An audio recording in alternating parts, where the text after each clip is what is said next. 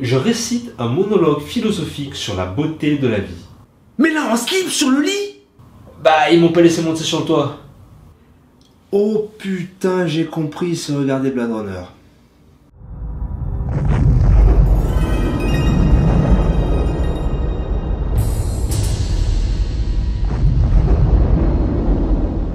Alors, mercredi va sortir Blade Runner 2049, et pour le coup, je me suis dit que ça serait super intéressant de revenir un petit peu sur ce chef-d'œuvre de la science-fiction qui est Blade Runner.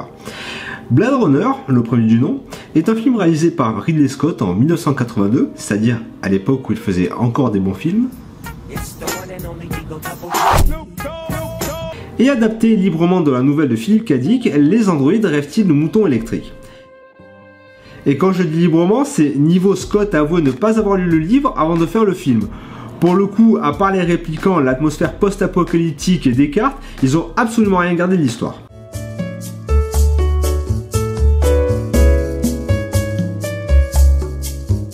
Le film se passe en 2019 et comme nous l'explique le petit texte d'intro, les progrès de la science ont permis de créer des androïdes supérieurs à l'homme et qui sont principalement utilisés comme esclaves dans les colonies spatiales. Évidemment, un beau jour, ces androïdes que l'on appelle des réplicants en ont eu un peu marre de bosser à l'œil, se sont rebellés et pour le coup se sont retrouvés interdits de séjour sur Terre. Et vu qu'ils sont quand même sacrément bourrins pour les maintenir à la porte, il a été créé une unité spéciale de police que l'on appelle les Blade Runners et dont le seul but est de les retirer. L'intrigue du film, elle, va se concentrer sur Descartes, un ex-Blade Runner qui va être obligé de reprendre du service pour traquer 4 réplicants un peu plus têtus que les autres, qui ont décidé de passer quelques jours sur la planète bleue. Et évidemment, tout ne va pas se passer comme prévu. Alors, qu'est-ce qui fait que ce film est devenu l'une des pierres angulaires du cinéma de science-fiction ? Eh bien, on pourrait citer l'incroyable monologue final de Rutger Hauer, ou bien l'atmosphère complètement oppressante, ou encore l'esthétique absolument sublime de ce Los Angeles surpeuplé, pollué, où l'on ne voit jamais le soleil, et qui, même s'il est inspiré d'une bande dessinée de Mobius et O'Bannon, a quand même défini les bases de l'esthétique cyberpunk. Ou bien on pourrait encore parler de la réalisation absolument sans faille de Ridley Scott, qui, sans jamais provoquer l'ennui chez le spectateur, laisse tout son temps au personnage de pleinement se développer. Ou alors on pourrait encore parler de la musique de Vangelis qui supporte absolument de manière parfaite toute l'action du film. Mais le fait est que si tous ces éléments ont contribué à faire de Blade Runner un excellent film, il en fallait quand même un poil plus pour faire de lui un film culte.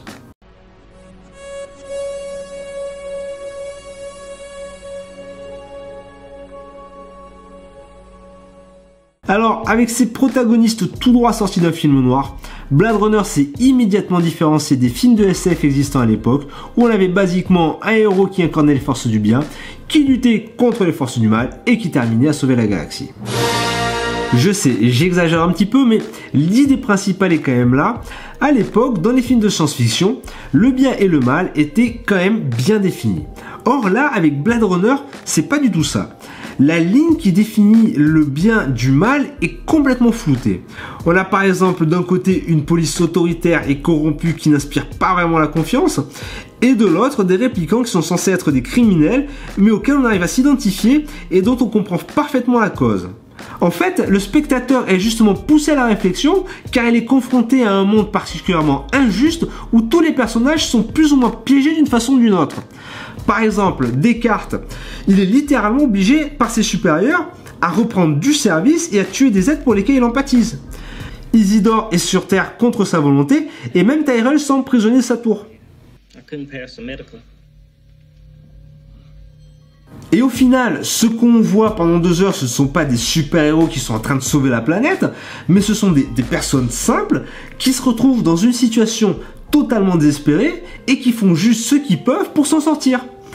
Par conséquent, ça devient extrêmement difficile de les juger et de juger leurs actes. Et de là naît l'extrême complexité de la moralité du film qui en fait toute sa richesse.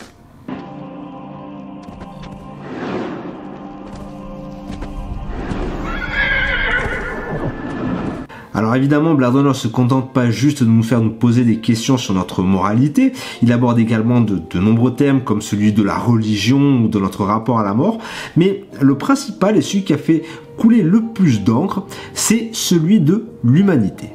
En fait, le livre comme le film pose la question de savoir qu'est-ce qui fait de nous des humains. Et la réponse qui est suggérée par les auteurs, c'est que ça viendrait de notre capacité à sentir de l'empathie.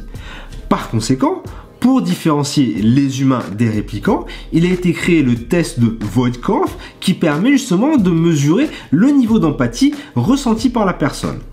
Et c'est là où commence le problème, c'est parce que le film lui-même commence à nous faire douter de ce paradigme. Par exemple, les répliquants qui ne sont pas censés sentir d'empathie sont incapables de passer le test, et pourtant on les voit souvent en groupe et se préoccuper les uns des autres. A l'inverse, les humains qui, eux, passent tous le test, apparaissent souvent isolés, voire totalement indifférents au sort des autres. Si vous prêtez bien attention dans le film, les rues de Los Angeles sont surpeuplées, mais les personnes s'ignorent totalement, à tel point que Descartes se fait pratiquement descendre en pleine rue sans que personne ne s'en aperçoive ou ne réagisse. Et ce doute instauré par ce qui nous est dit verbalement et ce qui nous est dit visuellement a pour point culminant la question que pose Rachel. You know that Voigt-Kampff test of yours? Did you ever take that test yourself? Ben ouais, qu'est-ce qui prouve que Descartes est bien un humain?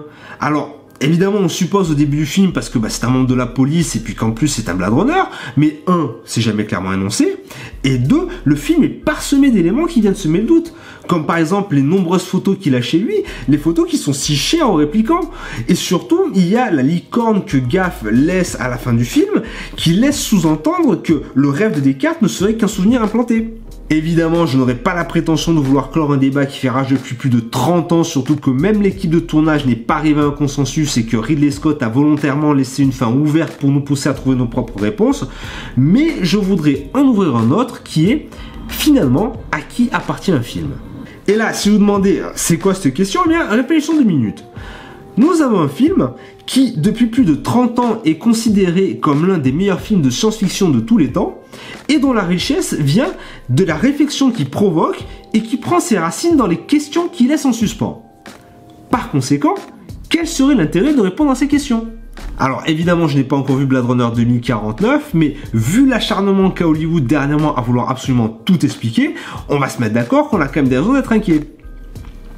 Maintenant, pour revenir à la question que j'ai posée, au final, à qui appartient un film une fois qu'il est sorti en salle? Est-ce qu'il continue à appartenir à son réalisateur et que par conséquent, le réalisateur a le droit de faire une séquelle, une préquelle et de modifier de cette manière l'œuvre originelle?